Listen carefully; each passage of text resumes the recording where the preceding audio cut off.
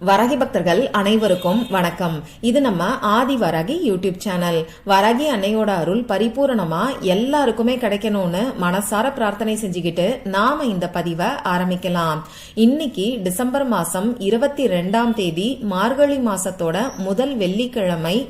அது மட்டும் இல்லாம ஏகாதேசி திதி. ரொம்ப ரொம்ப அற்புதமான அமைப்புன்னே சொல்லலாம்.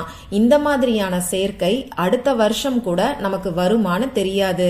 இப்படிப்பட்ட சக்தி வாய்ந்த நாள்ல பணத்தை வசியம் செய்யறதுக்கான ஒரு எளிமையான தாந்திரிக பரிகாரத்தை தான் இந்த பதிவுல நான் உங்களுக்கு சொல்ல போறேன்.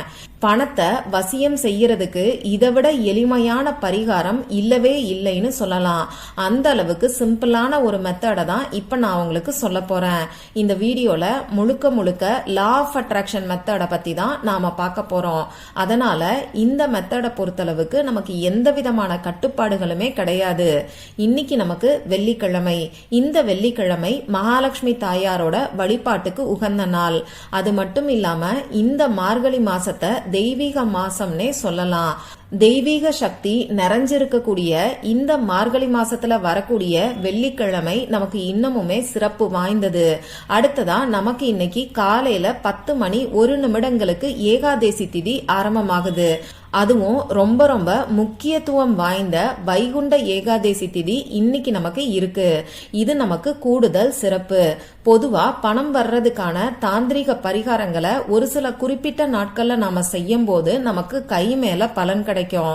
அந்த வகையில வெள்ளிக்கிழமை மகாலட்சுமி தாயாரோட வழிபாட்டுக்கு உகந்த நாள்ல பணத்தை வசியம் செய்யறதுக்கான வழிபாடுகளையும் பரிகாரங்களையும் நாம செய்யும் போது நமக்கு கை மேல பலன் கிடைக்கும். அதே மாதிரிதான் ஏகாதேசி திதியும். இப்படிப்பட்ட 2 சிறப்புகளும், அதாவது வெள்ளிக்கிழமையும் ஏகாதேசி திதியும் ஒன்னா சேர்ந்து வர்றது நமக்கு இன்னமுமே விசேஷமானது. அற்புதமான பலன்களை நமக்கு அள்ளி கொடுக்கக்கூடிய நாள்னே சொல்லலாம். இந்த நாள்ல பணத்தை வசியம் செய்யறதுக்காக எளிமையான பரிகாரங்களை நாம செஞ்சா கூட நமக்கு கை மேல பலன் கிடைக்கும்.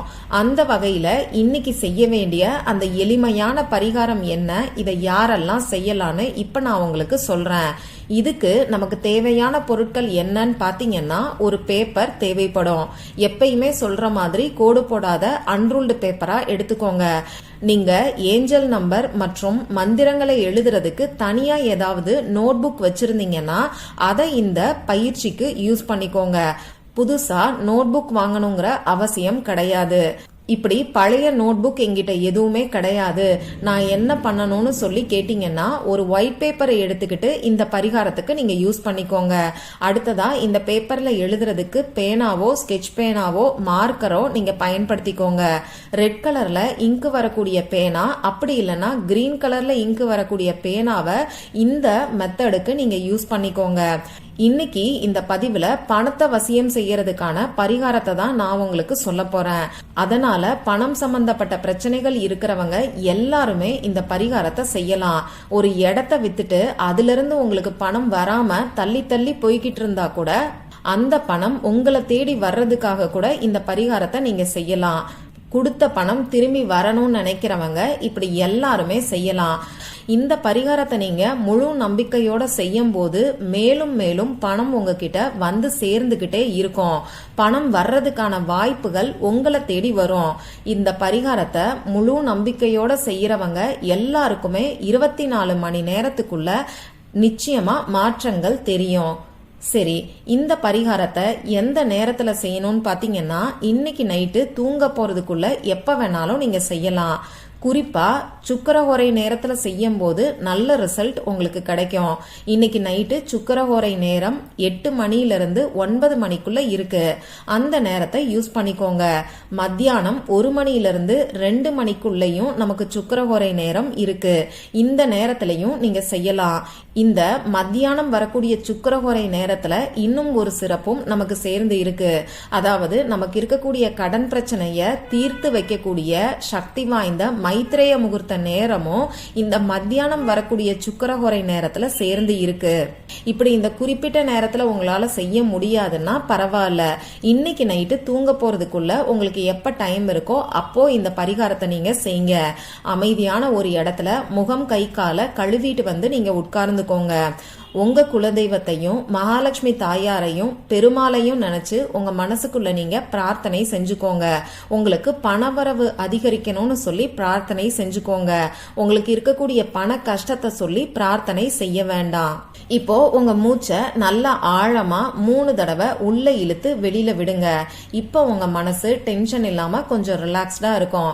இப்போ இந்த பதிவுல ஒரு ஏஞ்சல் நம்பரோட சேர்த்து பணத்துக்கான அஃபர்மேஷனை நான் உங்களுக்கு சொல்ல போறேன். இந்த பணத்துக்கான அஃபர்மேஷனையும் ஏஞ்சல் நம்பரையும் இப்ப நான் சொல்ற மாதிரி எழுதுங்க. என்ன எழுதணுங்கிறது உங்களுக்கு இப்போ ஸ்கிரீன்ல தெரியும்.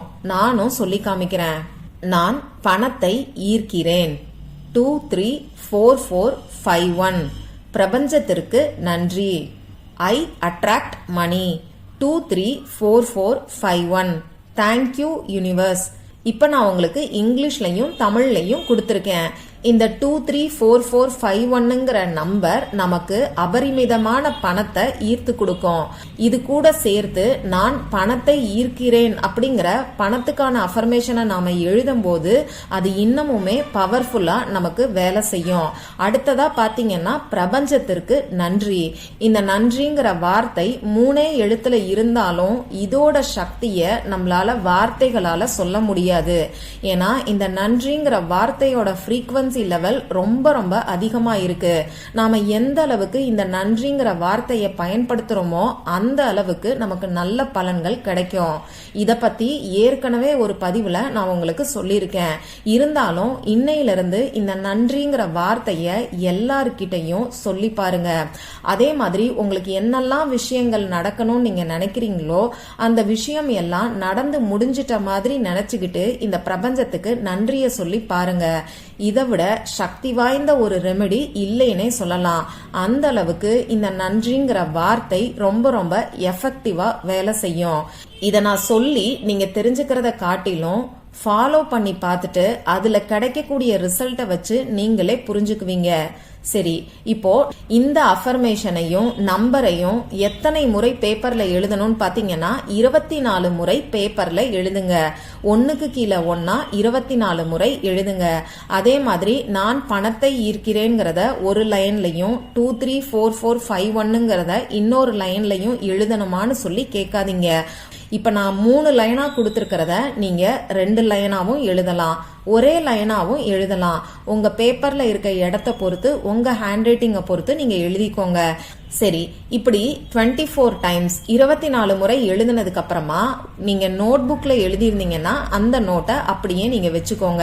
பேப்பர்ல எழுதி வச்சிருந்தீங்கன்னா இந்த பேப்பரை என்ன பண்ணணும்னு பாத்தீங்கன்னா இந்த பேப்பரை ஒன்னு பணம் வைக்கக்கூடிய உங்க பீரோல நீங்க வச்சுக்கோங்க. அப்படி இல்லைன்னா பூஜை அறையில கூட இந்த பேப்பரை நீங்க வச்சுக்கலாம். இந்த பேப்பரை எரிக்கணுங்கிற அவசியம் எல்லாம் கிடையாது.